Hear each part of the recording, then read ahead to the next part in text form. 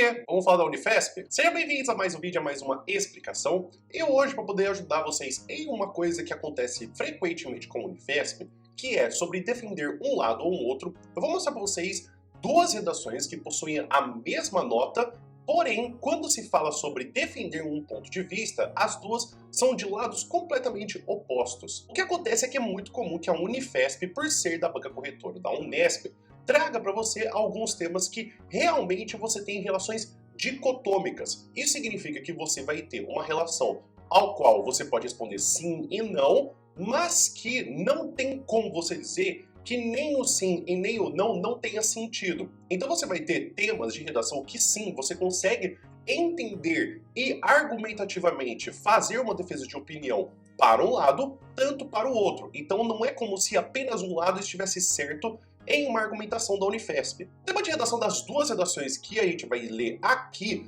vai ser o de é possível conciliar mérito e bem comum, que foi o tema de redação que a gente teve da Unifesp 2023, que foi aplicada no ano de 2022. Inclusive, essas redações e também toda a cartilha que tem de explicação sobre o tema da redação da Unifesp está disponível no Drive do Desempenhos Médio. Eu vou deixar o link aqui embaixo, ou senão você pode escanear com esse código QR também, para poder conferir mais sobre o trabalho muito legal que tem desse pessoal que disponibiliza para a gente poder entender mais sobre redações, não só da Unifesp, mas também de outros vestibulares. Então, como eu falei que a nota dos dois é a mesma, as duas redações possuem a nota de 45,455. Uma redação com uma nota bem alta, não é uma redação com nota máxima, mas aqui o foco que eu quero mostrar para vocês é uma redação de uma pessoa que passou em medicina, ou seja, na verdade de duas pessoas que passaram em medicina. Então a gente vai avaliar aqui como que uma defende um lado e como que a outra defende o lado e ganham a mesma pontuação. Lembrando que não é pelo ponto de a gente ter que qual lado eles estão defendendo, de quando a gente tem do tema, de se é possível ou não é possível, mas de como a gente percebe como que eles fazem essa defesa. Então a gente vai perceber então a redação que vai defender que é possível. A gente vai ler o parágrafo de introdução.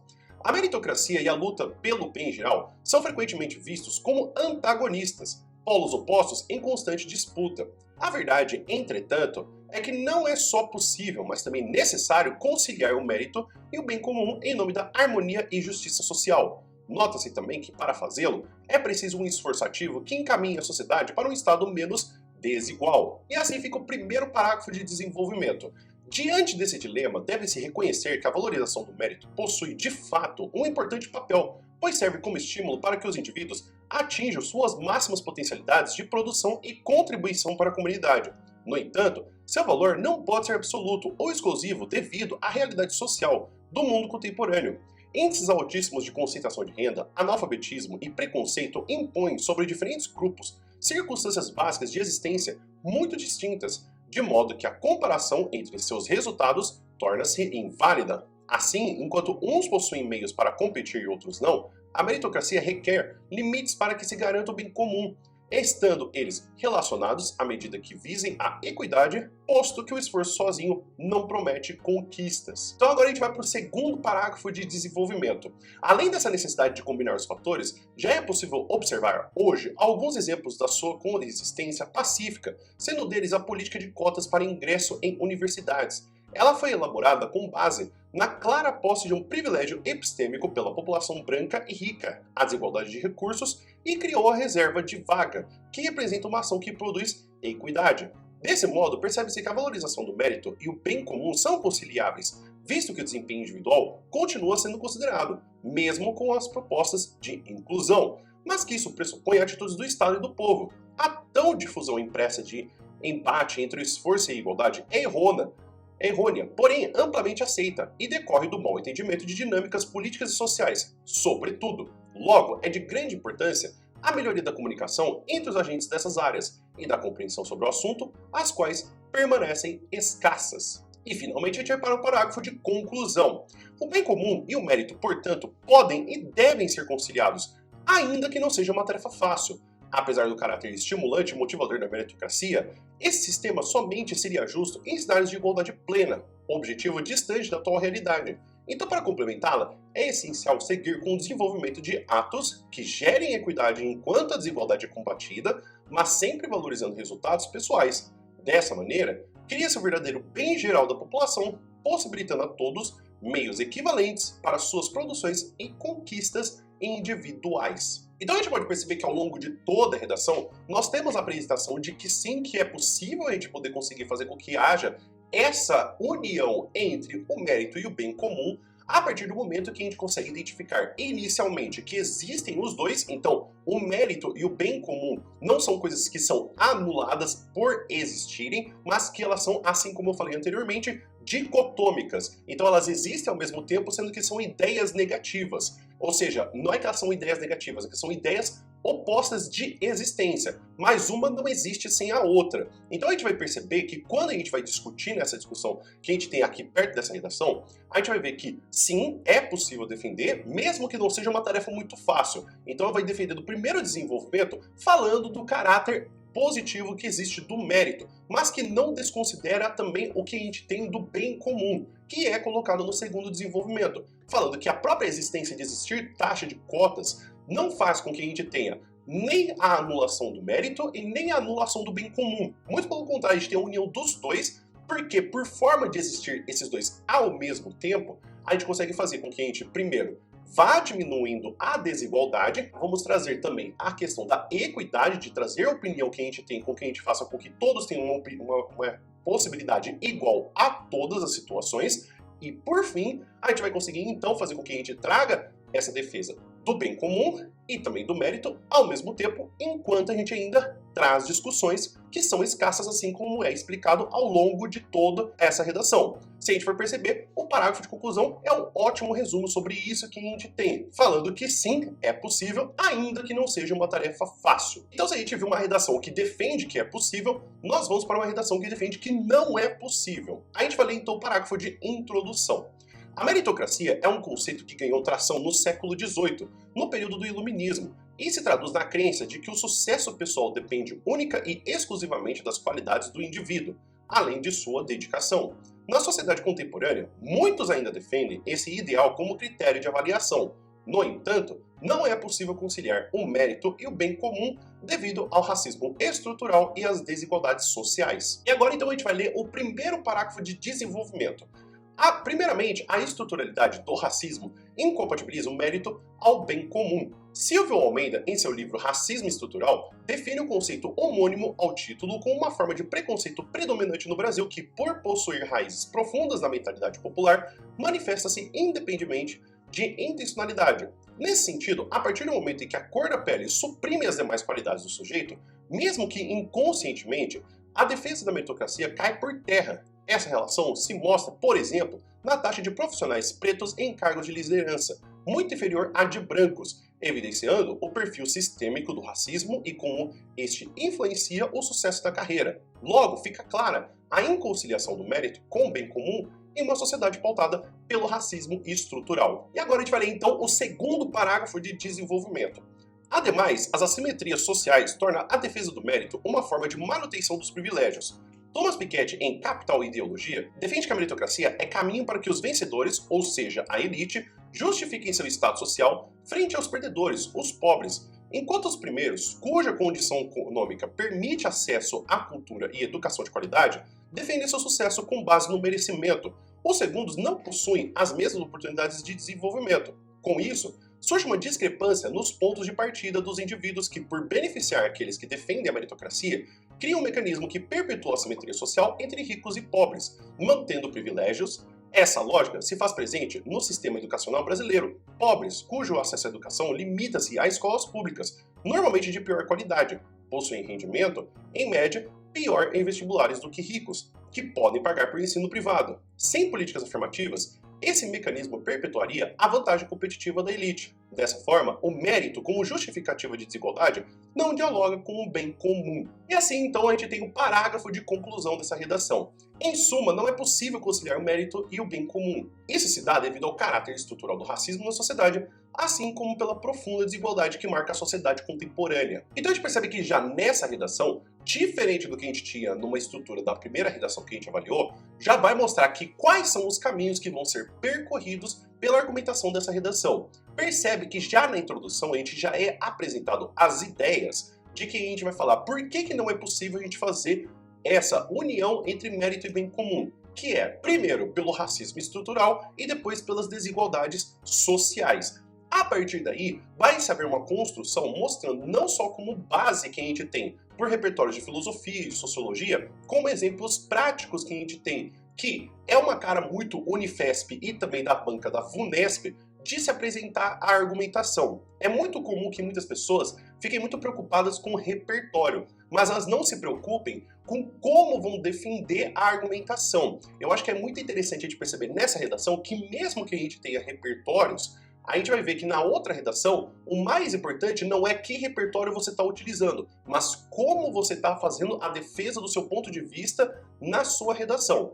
E por fim, a gente tem então a consagração de por que não é possível, novamente, a gente conseguir fazer com que a gente tenha essa união, que é colocado no parágrafo de conclusão, que é até um pouquinho breve, que é uma cara muito Unifesp, e eu acho que esse tipo de parágrafo de conclusão é um ótimo exemplo para a gente poder fazer parágrafo de conclusão. Eu tenho que mais a cara de Unifesp, a gente tem parágrafos de desenvolvimentos muito maiores do que a gente tem o parágrafo de conclusão, que geralmente no Enem é o contrário. O parágrafo de conclusão costuma ser um pouco maior, porque a gente precisa defender, na verdade a gente precisa resolver o problema que apareceu ao longo de toda a redação. Então o que a gente tem com coisas que eu acho que seria bem legal prestar atenção nessas redações? O primeiro é o que a gente vai ter com o uso de repertório. Se você percebeu na segunda redação, a gente tem sim uma apresentação de um livro e também que a gente apresenta também a ideia de um outro filósofo, é fazer com que a gente perceba que essa não é a parte mais importante do que a gente tem na redação. Não é à toa que as duas redações têm notas parecidas,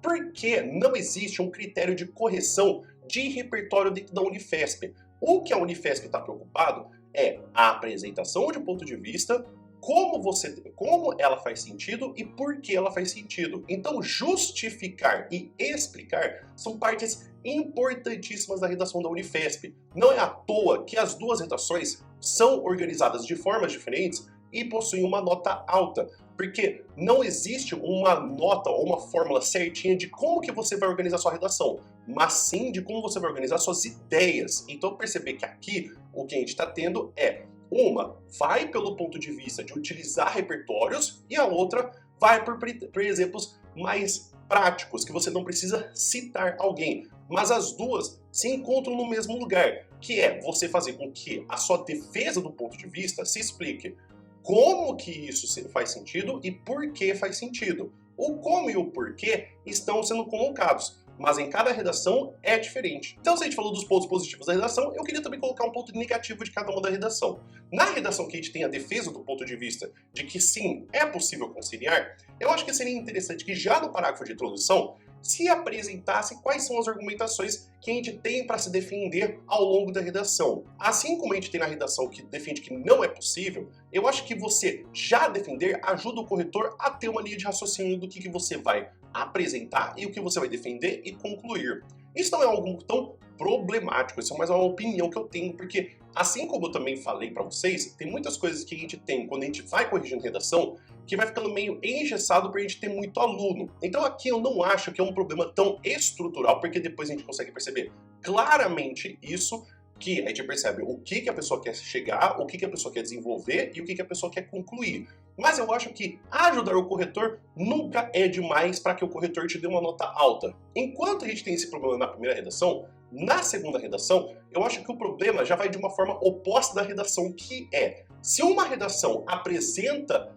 toda a sua argumentação sem usar repertório, mas não coloca na introdução quais são os pontos que querem chegar, a segunda redação apresenta os pontos que quer chegar, defende toda a sua redação, mas usa muito repertório. Eu acho que esse uso excessivo de repertórios, fazendo com que a todo momento a gente tenha essa ideia de que você precisa colocar repertório, eu acho que fica meio cansativo. Além do fato de que, se a gente for perceber, no segundo desenvolvimento, nós temos o uso de um repertório, que é se falar das escolas públicas e do seu acesso ao vestibular, que encaixaria perfeitamente dessa forma, sem precisar utilizar um repertório de um livro ou de uma ideia. Eu acho que você colocar repertórios é sempre positivo se conversa completamente com sua argumentação. Se você olhar para essa redação, ela encaixa perfeitamente, mas eu acho que ainda assim você ter essa ideia de um repertório por parágrafo de desenvolvimento ou por cada parágrafo em uma redação é algo que pode te impedir na hora do nervosismo de escrever uma boa redação, porque isso faz com que você fique viciado em sempre ter um repertório, sendo que às vezes você não precisa ter um repertório em cada um dos parágrafos. A gente treina muitos alunos para poder fazer com que eles sempre tenham um repertório, mas eu acho que isso não é sempre necessário. Porque isso faz com que você sempre fique pensando, e você chega no vestibular e você não pensar em 2 ideias, você fala, então eu nem vou escrever essa redação. Muito pelo contrário, você tendo pelo menos um repertório para usar na redação inteira, já está de ótimo tamanho. E tanto é que na segunda redação, a gente tem o primeiro desenvolvimento com um repertório, que é o do racismo estrutural, e no segundo desenvolvimento, já fazendo com que a gente tenha essa ideia do capital e ideologia. Só que o primeiro desenvolvimento, primeiro, fala do que a gente tem no mercado de trabalho, e no segundo que a gente fala da escola pública. Então, se a gente for ver, será que a gente precisaria tanto assim de que cada parágrafo precise de um livro e uma ideia para colocar? Mas, mais uma vez, isso é mais uma questão de opinião, uma questão de que eu já vi muitas redações aparecendo. Talvez isso não é um problemático, mas aí, assim como a gente percebeu, essa redação tem 45, a outra redação tem 45, os dois passaram em medicina, então é mais um pequeno pitaco. Então é isso, pessoal. Espero que vocês tenham entendido, espero que vocês tenham gostado. Então fica aqui, então, uma análise de 2 redações. O que a gente tem com defendendo um lado e defendendo o outro lado. Lembrando que na Unifesp não é impossível deixar de defender qualquer um dos lados.